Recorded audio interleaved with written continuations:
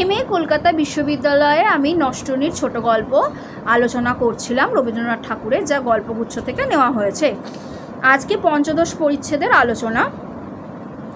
যেমন গুরুতর আঘাতে স্নায়ু অবশ হইয়া যায় এবং প্রথমটা বেদনা টের পাওয়া যায় না, সেইরূপ বিচ্ছেদের আরম্ভকালে অমলের অভাব চারু ভালো করিয়া যেন উপলব্ধি করিতে পারে নাই। এখানটা সূক্ষ্ম ফিলোসফি আছে, যেটা এখানে রবীন্দ্রনাথ ঠাকুর বলেই দিয়েছেন যে গুরুতর আঘাতে স্নায়ু যেমন অবশ হয়ে যায়, প্রথম বেদনা টের পাওয়া যায় না, সেই রকম অমলের অভাবটা কিন্তু চারু প্রথম বুঝতে পারেনি, টের পায়নি, উপলব্ধি করতে পারেনি। অবশেষে যতই দিন যাইতে লাগিল ততই অমলের অভাবে সাংসারিক শূন্যতার পরিমাপ ক্রমাগতই যেন বাড়িতে লাগিল। যত দিন গেল ততই যেন অমলকে ও পাচ্ছে না, অমলের সঙ্গে তো সর্বক্ষণ কাটাতো, তো সেই কারণে সাংসারিক একটা শূন্যতা ছিল যেটা ক্রমাগতই যেন বাড়তে লাগলো চারুর জন্য। এই ভীষণ আবিষ্কারে চারু হতবুদ্ধি হইয়া গেল। নিকুঞ্জ বন হইতে বাহির হইয়া সে হঠাৎ কোন মরুভূমির মধ্যে আসিয়া পড়িয়াছে। দিনের পর দিন যাইতেছে, মরুপ্রান্তর ক্রমাগতই বাড়িয়া চলিয়াছে। দিনের পর দিন যত যাচ্ছে ততই যেন মরুপ্রান্তর, মানে মরুভূমির যে প্রান্তর তা যেন ক্রমাগত বাড়িয়া চলিয়াছে, মানে শেষ নেই যার। আচ্ছা, এই মরুভূমির কথা সে কিছুই জানিত না। ঘুম থেকে উঠিয়াই বুকের মধ্যে ধক করিয়া উঠে, মনে পড়ে অমল নাই। ঘুম থেকে যখন সে ওঠে তখন বুকের মধ্যে তার ধক করে ওঠে যে এ কি, অমল তো নেই, মনে পড়ে অমল নাই। সকালে যখন সে বারান্দায় পান সাজিতে বসে, ক্ষণে ক্ষণে কেবলই মনে হয় অমল পশ্চাতে হইতে আসিবে না। যখন সে পান সাজতে বসে তখন তার মনে হয় অমল আর পেছন দিক থেকে তাকে ডাকবে না, বৌঠান বলে আসবে না। এক এক সময় অন্যমনস্ক হইয়া বেশি পান সাজিয়া ফেলে, সহসা মনে পড়ে বেশি পান খাইবার লোক নাই। যখনই ভাড়ার ঘরে পদার্পণ করে মনে উদয় হয় অমলের জন্য জলখাবার দিতে হইবে না। এই কথাগুলো চারুর মনে মনে হচ্ছে। মনের অধৈর্য অন্তঃপুরের সীমান্তে আসিয়া তাহাকে স্মরণ করাইয়া দেয় অমল কলেজ হইতে আসিবে না। অমল যখনই আসতো, কলেজ থেকে ফিরতো, তখনই সে তার নিজের যত আবদার ছিল চারুর কাছে এসে বলতো এবং চারু সেই আবদারগুলোকে মেটাতো। কিন্তু এখন অমল আর আসবে না, সেটা চারু বুঝে গেছে। অমল কলেজ হইতে আসিবে না, কোনো একটা নতুন বই, নতুন লেখা, নূতন খবর, নূতন কৌতুক প্রত্যাশা করিবার নাই। কাহারও জন্য কোনো সেলাই করিবার, সে সেলাই করে দিত বিভিন্ন ধরনের, নানা ধরনের আগের পরিচ্ছেদে পড়েছি কি তৈরি করে দিত তার জন্য। রুমালে নকশা কেটে দিয়েছিল, সেলাই করে দিয়েছিল, অনেক কিছু আছে। তো কোনো লিখিবার কোনো শৌখিন জিনিস কিনিয়া রাখিবার নাই। নিজের অসহ্য কষ্টে ও চাঞ্চল্যে চারু নিজে বিস্মিত, অবাক হয়ে যায়। মনোবেদনার অবিশ্রাম পীড়নে তাহার ভয় হইল। নিজে কেবলই প্রশ্ন করিতে লাগিল, কেন এত কষ্ট, কেন হইতেছে? অমল আমার এতই কি যে তাহার জন্য এত দুঃখ ভোগ করিব? আমার কি হইল? এতদিন পরে আমার কি হইল? দাসী চাকর, রাস্তার মুটে মজুরগুলোও নিশ্চিন্ত হইয়া ফিরিতেছে, আমার এমন হইল কেন? ভগবান হরি আমাকে এমন বিপদে কেন ফেলিলে? এটা চারু বলছে, ঠিক আছে? চারু এগুলো মনে মনে চারু ভাবছে যে এই ঘটনাটা। আচ্ছা, এইখান থেকে প্রশ্ন আসতে পারে যে কেন এত কষ্ট হইতেছে, অমল আমার এতই কি যে তাহার জন্য এত দুঃখ ভোগ করিব? এগুলো কার মনের অভিব্যক্তি? এগুলো হবে চারুর মনের অভিব্যক্তি। যাই হোক, কেবলই প্রশ্ন করে এবং আশ্চর্য হয়, কিন্তু দুঃখের কোনো উপশম হয় না। অমলের স্মৃতিতে তাহার অন্তর বাহির এমনই পরিব্যাপ্ত যে কোথাও সে পালাইবার স্থান পায় না। ভূপতি কোথায় অমলের স্মৃতির আক্রমণ হইতে তাহাকে রক্ষা করিবে, তাহা না করিয়া সে বিচ্ছেদ ব্যতীত স্নেহশীল মূঢ় কেবলই অমলের কথাই মনে করাইয়া দেয়। মানে ভূপতি যে ছিল, কোথায় অমলের স্মৃতির আক্রমণ হইতে তাহাকে, মানে ভূপতি তো জানতো না যে চারুর মনে কি হচ্ছে অমলকে নিয়ে।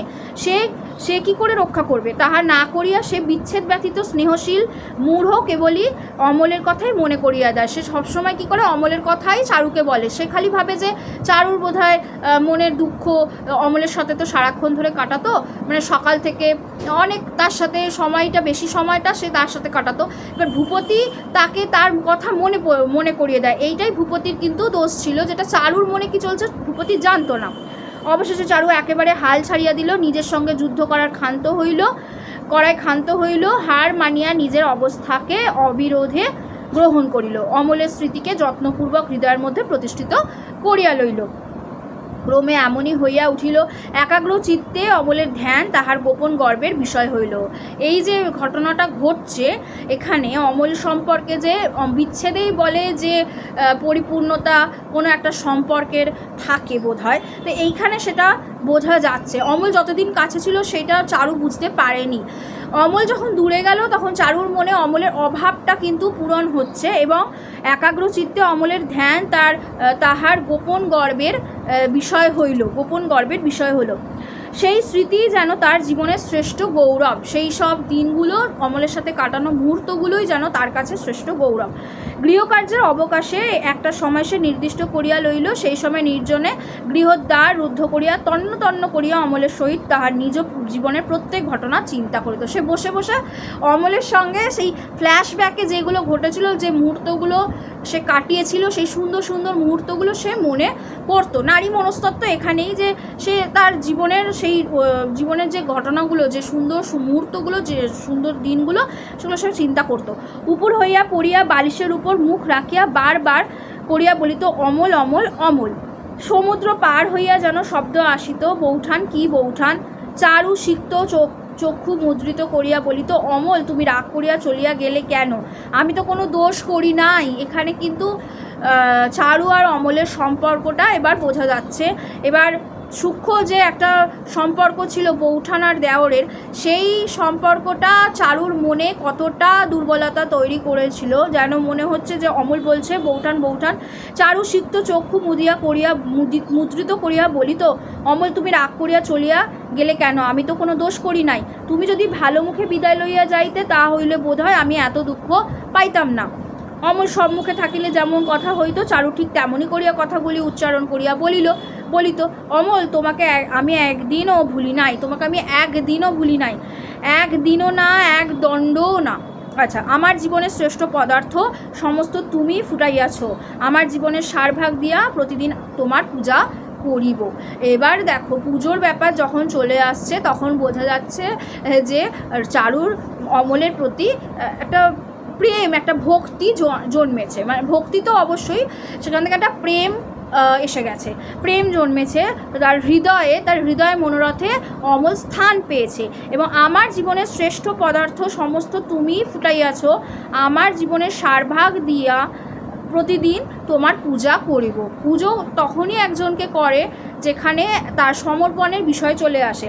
এই রূপে চারু তাহার সমস্ত ঘরকন্যা, তাহার সমস্ত কর্তব্যের অন্তঃপুরের তলদেশে সুরঙ্গ খনন করিয়া সেই নিরালোক নিস্তব্ধ অন্ধকারের মধ্যে অশ্রুমালা সজ্জিত একটি গোপন শোকের মন্দির নির্মাণ করিয়া রাখিল। তার গোপন শোকের মন্দির, ওটা তার নিজস্ব একান্ত নিজের, সেখানে তাহার স্বামী বা পৃথিবীর আর কাহারও কোনো অধিকার রইল না। সেই জায়গা, তার হৃদয় মনোরথ যে জায়গাটায় সে অমলকে স্থান দিয়েছে, তার যে মন্দির, তার শোকের মন্দির, সেখানে তার ভূপতি বা অন্য কেউ সেখানে অধিকার পেল না প্রবেশ করার।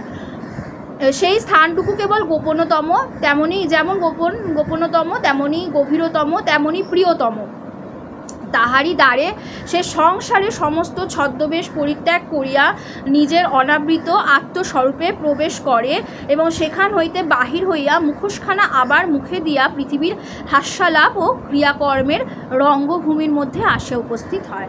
এটা কিন্তু চারু করে বটে, কিন্তু এটা কি ঠিক? এটা অবশ্যই ঠিক নয়, কিন্তু এটাও আবার চারুর দিক থেকে ভুলও নয় যে এটা নারী মনস্তত্ত্ব, নারীর মন, এটা নারীর মনের এটা নিজস্ব ভাব যে সে অমলকে সে মনে মনে ভালোবাসছে, কিন্তু আবার সে এটাও জানে, সে সজাগ ও সচেতন যে সে তার স্বামী আছে, তার ভূপতি আছে, এবং তার সেই সংসারের সমস্ত ছদ্মবেশ পরিত্যাগ করিয়া নিজের অনাবৃত আত্মস্বরূপে সে প্রবেশ করে, এবং সেখান হইতে বাহির হইয়া মুখোশখানা আবার পরে নেয়। যখন সে অমলের কথা ভাবে তখন তার ওই মুখোশটা থাকে না, তখন সে সম্পূর্ণ অমলের প্রতি সমর্পিত, কিন্তু আবার যখন সংসারে চলে আসে তখন কিন্তু সে মুখোশ পরে নেয় এবং পৃথিবীর হাস্যালাপ ও ক্রিয়াকর্মের রঙ্গভূমির মধ্যে আসে উপস্থিত হয়।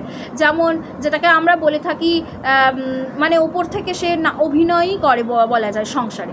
যাই হোক, ষোড়শ পরিচ্ছেদ এটা ভীষণ ভীষণ, এটাও একটা সূক্ষ্ম মনোভাব, এখানে বরং বেশি মনোভাব ফুটে উঠেছে চারুর মনস্তত্ত্বে। চারু নারী মনস্তত্ত্বে বলতে চারুর যদি আসে, তোমাদের চরিত্র আসে, তাহলে এই জায়গাটা কিন্তু তুলে ধরতে হবে, ঠিক আছে। এবার আর একটা কথা বলি, নীরের ভাঙন যেটা নষ্ট হচ্ছে, এইখানে কিন্তু অনেকটা ভূপতি, নীরটা কিন্তু ভূপতি আর চারুর, ঠিক আছে। নীরটা কিন্তু অমল আর চারুর মোটেও নয়। নীরটা হচ্ছে একমাত্র এখানে দাম্পত্য, এখানে নীর হচ্ছে ভূপতি আর চারুর, যেখানে কিন্তু অমল প্রবেশ করেছে এবং একজন যখন হৃদয়ে প্রবেশ করেছে, সেখানে ভাঙনটা, নীরটা নষ্ট হওয়া কিভাবে হচ্ছে সেটা এখানে গল্পকথ তুলে ধরেছেন। এবার দেখো ষোড়শ পরিচ্ছেদে কি আছে, এই রূপে মনের সহিত দ্বন্দ্ব বিবাদ ত্যাগ করিয়া চারু তাহার বৃহৎ বিষাদের মধ্যে এক প্রকার শান্তি লাভ করিল এবং একনিষ্ঠ হইয়া স্বামীকে ভক্তি ও যত্ন করিতে লাগিল। এবার সে কী করলো, ভূপতির প্রতি সে ভূপতির যত্ন করতে লাগলো, সহিত দ্বন্দ্ব বিবাদ ত্যাগ করলো। এইরূপে মনের সহিত নানা রকম দ্বন্দ্বের মধ্যে দিয়ে তার জীবনযাপন করছিল সে, এবং তারপর সে কী করলো, বৃহৎ বিষাদের মধ্যে এক প্রকার শান্তি লাভ করলো এবং একনিষ্ঠ হইয়া সে স্বামীর প্রতি তার ভক্তি এলো এবং সে যত্ন করতে লাগলো। ভূপতি যখন নিদ্রিত থাকিত, চারু তখন ধীরে ধীরে তাহার পায়ের কাছে মাথা রাখিয়া পায়ের ধুলা সীমন্তে রাখিয়া লইত। সেবা শুশ্রূষা গৃহকর্মে স্বামীর লেশমাত্র ইচ্ছা সে অসম্পূর্ণ রাখিত না। আশ্রিত প্রতিপালিত ব্যক্তিদের প্রতি কোনো প্রকার অযত্নে ভূপতি দুঃখিত হইত জানিয়া চারু তাহাদের প্রতি আতিথ্যে তিলমাত্র ত্রুটি ঘটিতে দিত না। এই রূপে সমস্ত কাজকর্ম সারিয়া ভূপতির উচ্ছিষ্ট প্রসাদ খাইয়া চারুর দিন শেষ হইয়া যাইত। চারু এখানে সম্পূর্ণ কলুষমুক্ত নারী হয়ে গেছে। সে স্বামীর প্রতি আবার তার হৃদয়ে মানে স্বামীর প্রতি একটা দায়িত্ব কর্তব্যবোধ জন্মেছে, এবং সেই সময় সে কিন্তু তার ভক্তি, তার যত্ন সবই তার স্বামী ভূপতির প্রতি। এবং সে তার দায়িত্ব কর্তব্য কেন এলো তার ভূপতির প্রতি, কেননা তার সে স্বামী, সেই জন্য তার যত্ন নেওয়া, তার আশ্রিতদের, প্রতিপালিতদের, মানে এখানে বলছে না ব্যক্তিদের প্রতি কোনো প্রকার অযত্নে ভূপতি যদি দুঃখিত হয়, সেই ব্যাপারগুলো তার দেখাশোনা করা যাতে না হয়, আশ্রিতদের, প্রতিপালিতদের যারা থাকে তাদের প্রতি যেন কোনো রকম অযত্ন না হয় সেইগুলো দেখা, এইগুলো চারু মেনটেন করতো। আচ্ছা, এই সেবা যত্নে ভগ্নশ্রী ভূপতি যেন নবযৌবন ফিরিয়া পাইল। স্ত্রীর সহিত পূর্বে যেন তাহার নববিবাহ হয় নাই, স্ত্রীর সহিত তার নববিবাহ হয়নি, এতদিন পরে যেন হইল। যেন ভূপতি এবার তার যেন স্ত্রী চারুকে পেল। সাজসজ্জার হাস্যে পরিহাস্যে বিকশিত হইয়া সংসারের সমস্ত দুর্ভাবনাকে ভূপতি মনের এক পাশে ঠেলিয়া রাখিয়া দিল। রোগ আরামের পর যেমন ক্ষুধা বাড়িয়া ওঠে, শরীরে ভোগ শক্তির বিকাশকে সচেতনভাবে অনুভব করা যায়। এবার তোমরা বুঝতেই পারছো এটা স্বামী স্ত্রীর সম্পর্ক, যেখানে রোগ আরামের পর যেমন ক্ষুধা বাড়িয়া যায়, তেমনই কিন্তু শরীরে ভোগ শক্তির বিকাশ, আশা করছি বুঝতেই পারছো, সেখানে সচেতনতাকে অনুভব করা যায়। ভূপতির মনে এতকাল পরে সেইরূপ একটা অপূর্ব এবং প্রবল ভাবাবেশের সঞ্চার হইল। এটা কিন্তু ভূপতির মধ্যে এলো চারুর প্রতি। তো বন্ধুদিগকে এমনকি চারুকে লুকাইয়া ভূপতি কেবল কবিতা পড়িতে লাগিল। ভূপতি কী করলো, ভূপতি কবিতা পড়তে শুরু করে দিল চারুকে লুকিয়ে। এবার মনে মনে কহিল, কাগজখানা গিয়া এবং অনেক দুঃখ পাইয়া এতদিন পরে আমি আমার স্ত্রীকে আবিষ্কার করিতে পারিয়াছি। এবার ভূপতির মনে হলো সে চারুকে আবিষ্কার করে ফেলেছে, চারুকে সে বুঝে নিয়েছে, এবার সে চারুকে চায় মনে মনে। তো এবার দেখো নীরটা গড়ে উঠছে, কিন্তু চারু কি সেটা পরে জানতে পারবো। এখানে ভূপতি কিন্তু চারু যত্ন নিচ্ছে, চারু তার দায়িত্ব, তার ভক্তি এসেছে, ভক্তি থেকেই তার দায়িত্ব কর্তব্য বোধগুলো এসেছে। দায়িত্ব কর্তব্য বোধগুলো তখনই মানুষের মধ্যে আসে যখন তার ভেতরে সেই মানুষটা সম্পর্কে একটা ভক্তি থাকে, তার প্রতি একটা সেবা শুশ্রূষা করা বা যত্ন নেওয়ার একটা মন থেকে ইচ্ছা প্রকাশ হয় তার ভেতর থেকে। তো সেই মনটা তার স্বামীর প্রতি এসেছে, সেটা হলো চারুর মন। তারপরে ভূপতি আছে, ভূপতি যেটা বলছে, ভূপতি এবার তার স্ত্রীকে আরও কাছ থেকে পেতে চায়, সেই জন্য তার মনে অন্যান্য ভাবগুলো, তার মনের যে অভিব্যক্তিগুলো সেগুলো প্রকাশিত হচ্ছে। তো ভূপতি চারুকে বলল, চারু তুমি আজকাল লেখা একেবারেই ছেড়ে দিয়েছো কেন? চারু বলিল, ভারী তো আমার লেখা। ভূপতি বলল, সত্যি কথা বলছি, তোমার মতো অমন বাংলা এখনকার লেখকদের মধ্যে আমি তো আর কারো দেখিনি। বিশ্ববন্ধুতে যা লিখেছিল আমারও ঠিক তাই মত, বিশ্ববন্ধুতে যা লিখেছিলে। চারু বলছে, আহ থামো। ভূপতি বলছে, এই দেখো না, বলিয়া একখণ্ড সররূহ বাহির করিয়া চারু ও অমলের ভাষার তুলনা করিতে আরম্ভ করিল। মানে চারু ও অমলের ভাষার তুলনা করতে আরম্ভ করলো ভূপতি। সররূহ পত্রিকা, সেই যে পত্রিকাটা, চারু আরক্ত মুখে ভূপতির হাত হইতে কাগজখানা কাড়িয়া লইয়া অঞ্চলের মধ্যে আচ্ছাদন করিয়া রাখিল। আচ্ছা, ভূপতি মনে মনে ভাবিল, এই যে ওদের একটা দাম্পত্যের ওদের দাম্পত্যটা কীভাবে গড়ে উঠছে দেখো। লেখার সঙ্গী একজন না থাকিলে লেখা বাহির হয় না। রোষো মানে হচ্ছে একটু অপেক্ষা, ঠিক আছে। আমাকে লেখাটা অভ্যাস করিতে হইবে, তাহা হইলে ক্রমে চারুরও লেখার উৎসাহ সঞ্চার করিতে পারিব। এটা কিন্তু ভূপতির মনের ভাব যে ও লিখবে, ও লেখা হবে, কিন্তু তাহলে কি ও চারুর মতো যদি থাকে, চারু যেমন লেখে তাহলে ও লিখবে, তাহলে ব্যাপারটা একটা প্যারালালি হয় আর কি, উৎসাহ সঞ্চার করতে চারুর মধ্যে সে পারবে। ভূপতি অত্যন্ত গোপনে খাতা লইয়া লেখা অভ্যাস করিতে আরম্ভ করিল। অভিধান দেখিয়া পুনঃ কাটিয়া বারবার কপি করিয়া ভূপতির বেকার অবস্থার দিনগুলি কাটিতে লাগিল। এত কষ্টে এত চেষ্টায় তাহাকে লিখিতে হইতেছে যে সেই বহু দুঃখের রচনাগুলির প্রতি ক্রমে তাহার বিশ্বাস ও মমতা জন্মিল। দেখো, ভূপতি ওই লিখতে শুরু করেছে, বহু দুঃখের যে রচনাগুলো সেগুলো ক্রমে ক্রমে তার বিশ্বাস ও মমতা জন্মিল, লেখাগুলোর প্রতি তার একটা মমতা এলো। যাই হোক, অবশেষে একদিন তাহার লেখা আর একজনকে দিয়া নকল করাইয়া ভূপতি স্ত্রীকে লইয়া দিল। কইল, আমার এক বন্ধু নতুন লিখতে আরম্ভ করেছে, আমি তো কিছু বুঝি না, তুমি একবার পড়ে দেখো, দেখি তোমার কেমন লাগে। খাতাখানা চারুর হাতে দিয়া সাধ্য সে ভূপতি বাহিরে চলিয়া গেল। ভূপতি খুবই সরল সাদাসিধে একজন নিরীহ প্রকৃতির মানুষ ছিল। সরল ভূপতির এই ছলনাটুকু চারু বুঝিতে বাকি রইল না। ছলনা করিল লেখার ছাঁদ এবং বিষয়, সে যে কপি করেছে সেটা চারু বুঝতে পারল। লেখার ছাঁদ এবং বিষয় দেখিয়া একটুখানি হাসিল। হায়, চারু তাহার স্বামীকে ভক্তি করিবার জন্য এত আয়োজন করিতেছে, সে কেন এমন ছেলে মানুষ করিয়া পূজার অর্ঘ্য ছড়াইয়া ফেলিতেছে? চারুর কাছে বাহবা আদায় করিবার জন্য তাহার এত চেষ্টা কেন? চারুর মনে এই প্রশ্নগুলো হচ্ছে যে কেন ভূপতির এই সমস্ত চেষ্টা? সে যদি কিছুই না করিত, চারুর মনোযোগ আকর্ষণের জন্য সর্বদাই তাহার যদি প্রয়াস না থাকিত, তবে স্বামীর পুজো চারুর পক্ষে সহজসাধ্য হইত। যদি সে স্বামীর পুজো করছে, স্বামীকে সে একটা হৃদয়ে রেখেছে, হৃদয়ের যখন স্থান দিয়েছে, তখন সে কিন্তু পুজো করছে, যখন করা সম্ভব হতো, যদি সে ভূপতি তাকে যদি ইমপ্রেস করার চেষ্টা না করতো, তাহলে আরও সহজ হতো বোধহয় চারুর জন্য। সেটা চারু বলছে। চারুর একান্ত ইচ্ছা ভূপতি কোনো অংশেই নিজেকে চারুর অপেক্ষা ছোট না করিয়া ফেলে। চারু এটা ভাবছে যে কখনো যেন ভূপতি যেন নিজেকে চারুর থেকে ছোট মনে না করে নিজেকে। চারু খাতাখানা মুড়িয়া বালিশে হেলান দিয়া দূরের দিকে চাহিয়া অনেকক্ষণ ধরিয়া ভাবিতে লাগিল। অমলও তাহাকে নূতন লেখা পড়িবার জন্য আনিয়া দিত। সন্ধ্যাবেলায় উৎসুক ভূপতি শয়নগৃহের সম্মুখবর্তী বারান্দায় ফুলের টব পর্যবেক্ষণে নিযুক্ত হইল। কোনো কথা জিজ্ঞাসা করিতে সাহস করিল না।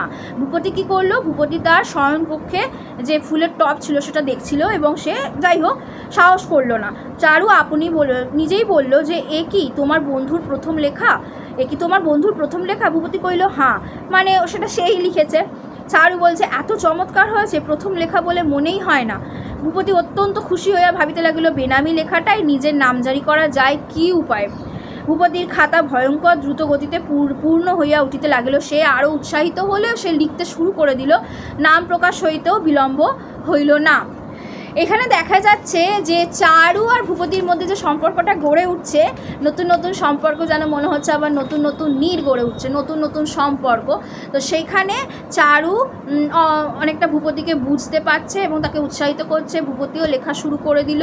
আর ভূপতিও কিন্তু ভূপতি যে ছল করেছিল সেটা চারু বুঝতে যে পেরেছে, সেটা ভূপতি বুঝতে পারেনি।